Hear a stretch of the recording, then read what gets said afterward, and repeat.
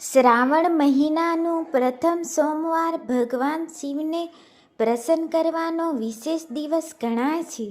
2025માં શ્રાવણનો પહેલો સોમવાર 7 જુલાઈ 2025ના દિવસે આવે છે. આ દિવસે નીચેના ખાસ ઉપાયો કરવાથી શુભ ફળ મળી શકે છે. શ્રાવણના પહેલા સોમવારે કરવાના ખાસ ઉપાય: શિવલિંગ પર દૂધ અને જળનો અભિષેક કરો. સવારે બ્રહ્મ મુહૂર્તમાં ઉઠી નહાઈ ધોઈને નજીકના શિવ મંદિરે જાઓ. શિવલિંગ પર ગંગાજળ, દૂધ, મીઠું નાખેલા પાણીથી અભિષેક કરો. ઓમ નમઃ શિવાયનો જાપ કરતા રહો. બિલ્વપત્ર અર્પણ કરો. ભગવાન શિવને તાજા 3 પાંદડાવાળા બિલ્વપત્ર ચઢાવો. દરેક પત્ર પર ઓમ નમઃ શિવાય લખો તો વધુ શુભ થાય છે. શિવ ચાલીસા અને રુદ્રાષ્ટક પાઠ કરો. સવારે અને સાંજે બંને વખત શિવ ચાલીસા, મહામૃત્યુંજય મંત્ર અથવા રુદ્રાષ્ટક પાઠ કરવો લાભદાયી માનવામાં આવે છે. કાળા તલ અને સફેદ ફૂલ શિવને ચડાવો. કાળા તલના દાણા શિવલિંગ પર અર્પણ કરો. સફેદ કમળ અથવા દુધિયા ફૂલ ચડાવવાથી શિવ શંભુ ખૂબ જ પ્રસન્ન થાય છે. દિવસભર વ્રત રાખો. ઈચ્છા અનુસાર. ઈચ્છા અને ક્ષમતા મુજબ નિર્વાળે ફળાહારી વ્રત રાખો. શિવનું સ્મરણ કરો અને બરાબર સાંજ સુધી નિયમ પાળવો. નરેન્દ્ર નારાયણને દાન કરો. પહેલા સોમવારે ગરીબોને કપડાં, અનાજ, કાળા તલ, લડ્ડુ કે ગુંદનું દાન કરવાથી પાપ નાશ થાય છે અને લક્ષ્મીજી પણ પ્રસન્ન થાય છે. શિવ પાર્વતીના જોડા માટે પ્રાર્થના કરો. જો લગ્ન જીવનમાં તકલીફો હોય તો શિવ પાર્વતીના જોડાને જળ અર્પણ કરીને સુખ દાંપત્ય માટે પ્રાર્થના કરો. ઈચ્છિત લગ્ન માટે શ્રાવણ સોમવારે ભોલેનાથને જલાભિષેક કરો. સાથે પીળી હળદર નાખીને રુદ્રાભિષેક કરો. આમ કરવાથી લગ્ન જીવનમાં આવતી સમસ્યાઓમાંથી મુક્તિ મળે છે અને વહેલા તથા ઈચ્છિત લગ્નની શક્યતાઓ રહે છે. ભોલેનાથ પણ ખુશ થાય છે. કારકિર્દી અને વ્યવસાયમાં પ્રગતિ માટે જો સતત મહેનત કરવા છતાં પણ તમને તમારા કરિયર અને બિઝનેસમાં પ્રગતિ ન મળી રહી હોય તો શ્રાવણ સોમવારે વ્રત રાખો અને પાણીમાં મધ મિક્સ કરીને શિવલિંગને અર્પણ કરો. શિવલિંગ પર દાડમના ફૂલ પણ ચડાવો. આમ કરવાથી કરિયરમાં પ્રગતિ થવાની સંભાવના છે અને નોકરી અને વ્યવસાયને લગતી દરેક ચિંતા દૂર થાય છે. આ ઉપરાંત આર્થિક સ્થિતિ પણ મજબૂત બને છે. ઈચ્છાઓ, મનોકામનાઓ પૂરી કરવા માટે જો તમારી કોઈ ઈચ્છા પૂરી ન થઈ રહી હોય તો શ્રાવણના દરેક સોમવારનું વ્રત રાખો અને પ્રદોષકાળમાં શિવલિંગ પર દહીંનો અભિષેક કરો. ભગવાન શિવની પ્રિય વસ્તુઓ જેમ કે ભાંગ, બીલીપત્ર, ધતૂરો વગેરે પણ ચડાવો. આમ કરવાથી બધી મનોકામનાઓ પૂર્ણ થશે. તેની સાથે જ સુખ સમૃદ્ધિની પ્રાપ્તિ થશે અને જીવનમાં સમૃદ્ધિ આવશે. સંપત્તિ વધારવા માટે કરો આ ઉપાયો: શ્રાવણના દરેક સોમવારે પ્રદોષકાળમાં શેરડીના રસથી શિવલિંગનો અભિષેક કરો અને શિવ ચાલીસાનો પાઠ કરો. લોટા વડે શિવલિંગનો અભિષેક કરતી વખતે ઓમ નમઃ શિવાય અથવા ઓમ પાર્વતીયાય હર હર મહાદેવ નમઃ મંત્રનો 108 વાર જાપ કરતા રહો. આમ કરવાથી આર્થિક સ્થિતિમાં સુધારો થાય છે. સાથે સંપત્તિમાં વધારો થવાની પણ સંભાવના છે. માતા લક્ષ્મી ખૂબ પ્રસન્ન થાય છે.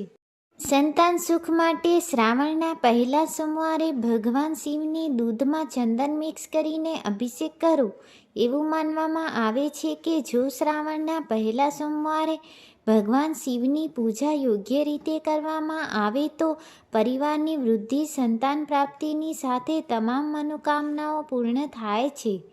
જો તમે તમારી પોતાની પ્રગતિ ઈચ્છતા હો તો શ્રાવણના સોમવારે શિવલિંગની સામે બેસીને ઓમ નમઃ શિવાય અને ઓમ સોમાય નમઃનો જાપ કરો. રુદ્રાક્ષની માળાથી આ મંત્રનો જાપ કરો. આ સિવાય શ્રાવણના પહેલા સોમવારે પાણીમાં કાળા તલ નાખીને સ્નાન કરો. ત્યારબાદ સફેદ ચંદન, સફેદ ફૂલ, પંચામૃત, ચોખા, સુપારી, બેલપત્ર વગેરેથી શિવલિંગની પૂજા કરો. આમ કરવાથી તમારી મનોકામના પૂર્ણ થશે. રોગો દૂર કરવાના ઉપાયો. જો પરિવારનો કોઈ સભ્ય લાંબા સમયથી બીમાર હોય અને સ્વસ્થ ન થઈ રહ્યો હોય તો શ્રાવણ મહિનામાં બિલ્વપત્રનો આ ઉપાય અજમાવો.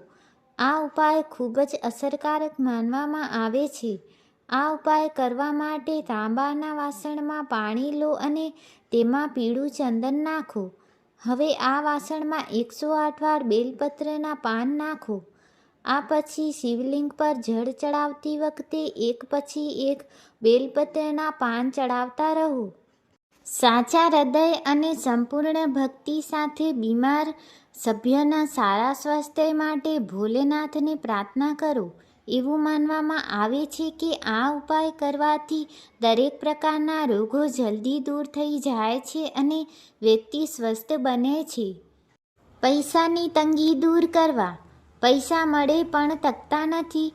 જો ઘરમાં પૈસાની અછતને કારણે આર્થિક સ્થિતિ સારી નથી ચાલી રહી તો બેલપત્રનો આ ઉપાય શ્રાવણ મહિનામાં કરવો ખૂબ જ ફાયદાકારક સાબિત થઈ શકે છે. આ ઉપાય કરવા માટે શ્રાવણનો પહેલો સોમવાર પસંદ કરો. શ્રાવણના 5 સોમવારે મંદિરમાં જઈને શિવલિંગને બેલપત્ર ચડાવો અને ભગવાન શિવની પૂજા કરો. થોડા સમય પછી આ બેલપત્રના પાન શિવલિંગમાંથી ઉપાડો અને તેને તમારા પર્સમાં, તિજોરીમાં અથવા એવી કોઈ જગ્યાએ રાખો જ્યાં તમે પૈસા રાખો છો. આ ઉપાયને અનુસરવાથી તમને ક્યારેય કોઈ કમી નહીં આવે. જો શક્ય હોય તો તમારા ઘરમાં બેલપત્રનું ઝાડ વાવો. એવી માન્યતા છે કે ઘરમાં બેલપત્રનું ઝાડ લગાવવાથી દેવી લક્ષ્મી પ્રસન્ન થાય છે અને તમારા ઘરમાં વાસ કરે છે. સોમવારનું વ્રત સૂર્યોદયથી પ્રારંભ થઈને સાંજે સુધી કરવામાં આવે છે. શ્રાવણ માસમાં દરેક સોમવારે વ્રત રાખવામાં આવે છે. આ દિવસે વ્રત દરમિયાન ફલાહાર કરવામાં આવે છે અને શિવજીની રુદ્ર અભિષેક પૂજન કરવામાં આવે છે. ધતુરાનું ફૂલ શિવજીને છે પ્રિય. શ્રાવણ માસમાં પાર્થિવ શિવજીના પૂજનનું ખૂબ જ મહત્વ છે. ધતુરાનું ફૂલ શિવજીને છે પ્રિય. શ્રાવણ માસમાં પાર્થિવ શિવલિંગના પૂજનનું ખૂબ જ મહત્વ છે. પાર્થિવ શિવલિંગનું પૂજન દરેક સોમવારે અને પ્રદોષના દિવસે કરવાથી શિવજી અત્યંત પ્રસન્ન થાય છે. જો પાર્થિવ શિવલિંગ ન હોય તો શિવ પરિવારની મૂર્તિને પંચામૃતમાં સ્નાન કરાવીને ગંધ, પુષ્ય, બીલીપત્ર, અક્ષત, ચંદન, વસ્ત્ર વગેરે અર્પણ કરો. પાર્થિવ શિવલિંગનું પૂજન વધુ ઉત્તમ. શિવજીને સફેદ વસ્તુઓ જેવી કે સફેદ પુષ્પ, સફેદ વસ્ત્ર, સફેદ રંગના પકવાન વિશેષ રૂપે ચઢાવવાથી જીવનમાં આવેલા સંકટોનો નાશ થાય છે અને સર્વ મનોકામના પૂર્ણ થાય છે. શિવજીની સાથે માતા પાર્વતી અને ગણેશજીના પૂજનનું પણ મહત્વ છે. શ્રી ગણેશને દુર્વા, સિંદૂર, ગોળ અને પીળા વસ્ત્રો ચડાવો અને મોદક લાડુનો ભોગ લગાવો. શ્રાવણના સોમવારનું વ્રત પતિ અને પત્ની બંને કરી શકે છે.